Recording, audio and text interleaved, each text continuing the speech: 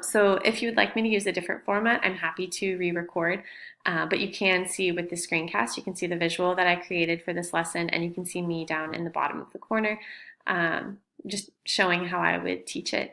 Screencasts have been really helpful for me in the past, especially with students who are gone for a prolonged number of days. If they were sick or they had vacation, I was able to project the homework or the activities that they missed on my computer screen and then do the same thing I'm doing with you and just verbally explain them, which I've found gives students a lot more confidence in making up the material that they miss because they can get that student-teacher interaction, even if it is digital and a little one-sided.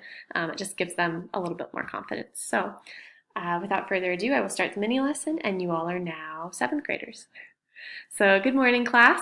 As you can see, today we're going to be imagining stories from everyday moments. And I know at first that either sounds a little bit boring or you're really intimidated because that sounds like you're going to be writing a really long piece and you don't know how to do that. But neither of those are true, hopefully. So I spent some time yesterday talking with your 6th grade teacher, and I learned about the personal narrative stories that you did in 6th grade and how detailed and descriptive you all were. And your 6th grade teacher just really couldn't say enough good things about the work that you did. So the good news is you're going to be able to use the skills you learned last year in 7th grade writing. We're just going to challenge you a little bit more. But it's a fun challenge because you have these base skills and now we're going to build onto them and make it so the writing can actually be fun and you can use your imagination.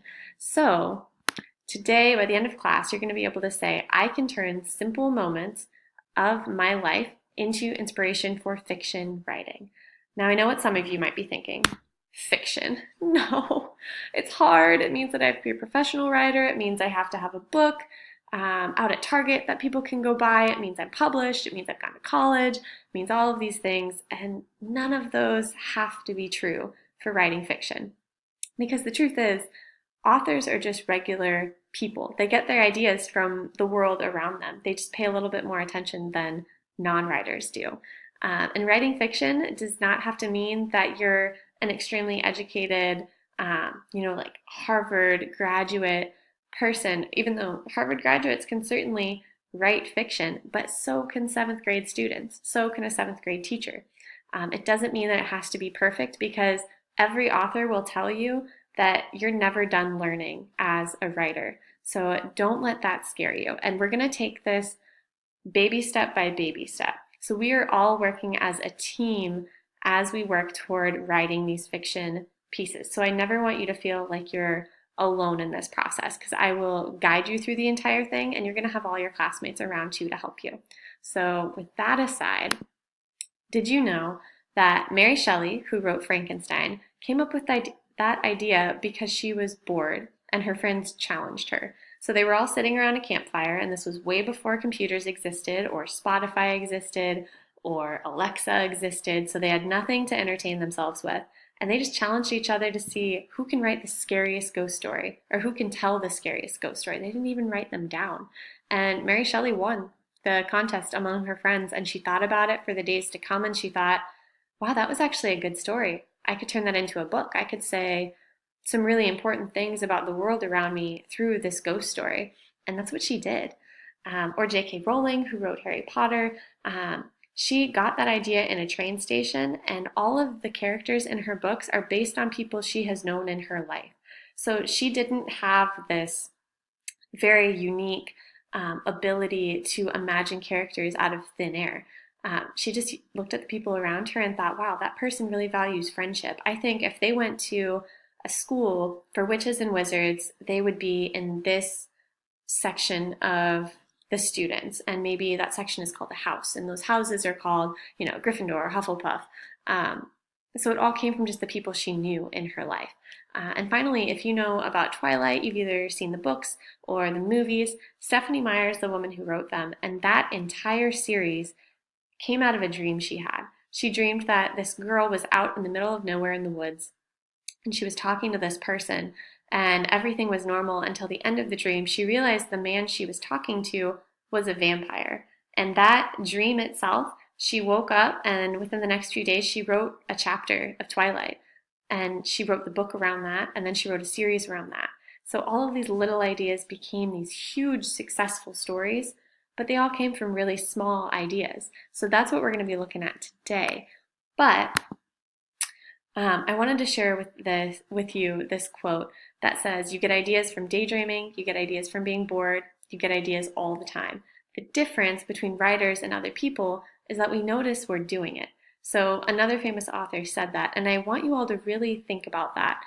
Because as we're drawing from small moments in our own lives today, I want to push you to use your imagination to see what could be in the stories that you're thinking of, because that's what's going to make your story special. So imagination is what we're really going to focus on after we get these small ideas out of our lives that we want to write about. But I'm going to come back to J.K. Rowling, the woman who wrote Harry Potter, and just emphasize how important imagination is, because J.K. Rowling got the idea for Harry Potter while she was sitting on a train and her train was delayed. So she was stuck sitting there for a few hours waiting for another train to come in. And she was looking around and she was in King's Cross Station. So there were probably tons of people walking by the train she was sitting on. People were probably on their, CD players and talking to each other on the train she was in. And then there was like train steam and stuff like that all around her. So just a train station. And what the world saw was a crowded and probably smelly train station. But what J.K. Rowling chose to see was two worlds colliding, the magical and the non-magical. So she thought, I wonder what would happen if this train station wasn't just a train station. There were a group of people coming here, and that group of people had powers, and they knew about the powers, but regular people didn't. And these magical people were actually here because there was a secret entrance that took them into another part of the train station that nobody could get to unless you knew this secret. And that other part of the train station was actually going to take them to this giant castle, school for witches and wizards, and there was one special wizard that was there, but he didn't know what was going to happen. So all of that came from a train station, a very ordinary train station. So for us, it might be today, if you were stuck at an airport because there was some winter storm and you were stuck there for a few hours, maybe you saw someone pass by and you thought, I think there's a story with that person. That person is going to meet their long lost cousin, and that cousin is actually a gypsy, and that gypsy came from a long line of treasure hunters, and those treasures are actually here in the United States. So just crazy, crazy things that you can think of with your imagination that make fiction. So it's stuff, imagining things is something we do all the time, but most people just kind of brush it aside and they don't think about it or they don't write it down. But the difference between us and everyone else in the world is we are going to write them down. So we're going to use our imaginations and we're going to be writers. So I wanted to show you these. The left-hand picture is the train station that J.K. Rowling was at. So that's just how ordinary it looked. And then that turned into the picture below it, where Harry Potter is getting onto the train. And that turned into the giant castle that you see next to it called Hogwarts. So that is what we are going to, you are capable of doing things like J.K. Rowling did. So I don't want you to put her in one category and yourselves in another category. I want you to see that we all have imaginations, and it's not just a skill that only a certain number of people have. We can all imagine things. It's just a matter of writing them down. So we're going to brainstorm some small moments from our lives, and I chose to show you 3 moments from my life, so that way I can model it for you and then you'll do your own in a little bit here. So I came up with 3 ideas because that way I can choose from 3 before I write anything else down. So I chose when my sister surprised me with a kitten for Christmas, I chose my first day of college, and I chose my first teacher interview that I had. So all 3 of these were events that were pretty important to me at the time and eventually changed me in some way. So I chose to write about when my sister surprised me with a kitten for Christmas. So I called it Waffles for Christmas because my kitten is named Waffles. And I took out my writer's notebook and I just wrote out everything I could remember about that night, and I added dialogue and detail as much as I could. So I wrote, "Keep your eyes closed," my sister told me, for the 3rd time. This was not how I expected to be greeted when I got home tonight. I'm tired, I'm hungry, and all I want are some fuzzy socks and a good book. Ew. Wait, what was that? Suddenly, I was holding something soft, and that something was wiggling its paws. pause, a kitten. So that's what I thought of for that night. But when I went into, okay, how can I make this a fiction piece of writing? I didn't just say, well, I could write about a girl who gets a kitten for Christmas and she really likes the kitten and then she plays with it and she goes to bed. Instead, I thought, wow, maybe this girl who's getting the kitten is only 10 years old, and maybe this 10-year-old girl is really sick and hasn't been able to make friends for her whole life because she's always just been sick and in and out of hospitals, and she's only ever known her family. And maybe this kitten is a special kitten because it's hypoallergenic and it's not going to mess with her immune system or whatever is wrong with her. And maybe oh, maybe it's a story from the kitten's perspective, and she watches this little girl, and it's the kitten figuring out there's something different about her owner, that her owner is actually really sick, even though she's just a human kitten too, because she's younger and she's not a full grown human. So that was a very different direction than I even planned to just as I was talking to you. But that is what an imagination can do with a small moment in your life. So I want for us now, for you actually, to think of 3 ideas of your own. So you don't have to just start from scratch. I want you to think back to last year. You used these strategies when you made your personal narratives. You thought of people that mattered to you. You thought of maybe a first or a last time you ever did something, maybe a place or a setting that's really important to you, or just a key moment in your life. So I want you to think of 3 ideas, and then I want you to pick one of those ideas and write as much as you can remember about that. And after you've done that, turn to your partner and talk about those with each other, and then we'll move on from there.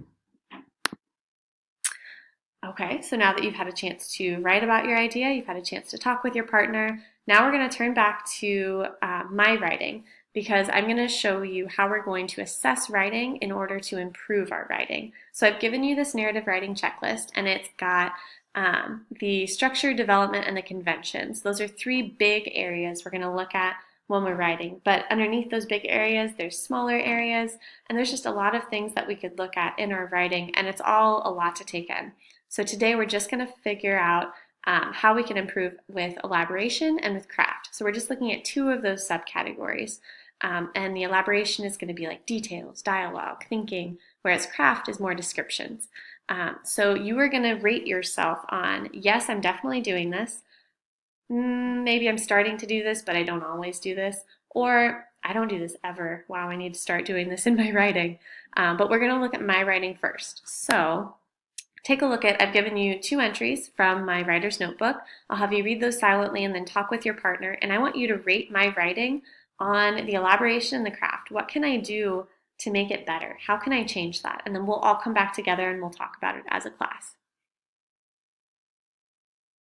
Letting them talk. Okay, good. So I'm hearing some really good things between the partners in your discussion. So I did hear from a couple people that I could elaborate in the first one by giving more explanation of like, what was I doing before I got home? What was I going to do after I got home? Did I want a kitten? Like, was this a good thing? Was this a bad thing? Did I even like cats? Did I want a kitten? Did I want a puppy? And my sister messed up and actually gave me a kitten instead. So anything like that I could use to elaborate if I just had more space. So that's a good idea. And with the second one, maybe I could give more of a setting, because I don't really say, I tell you that my parents are leaving, but I don't tell you how far away they're going. So these are fantastic things. For tomorrow's homework, I want you to go home, and if you didn't write about your 2 other things already, I want you to write down as much as you can think of for those other 2 ideas.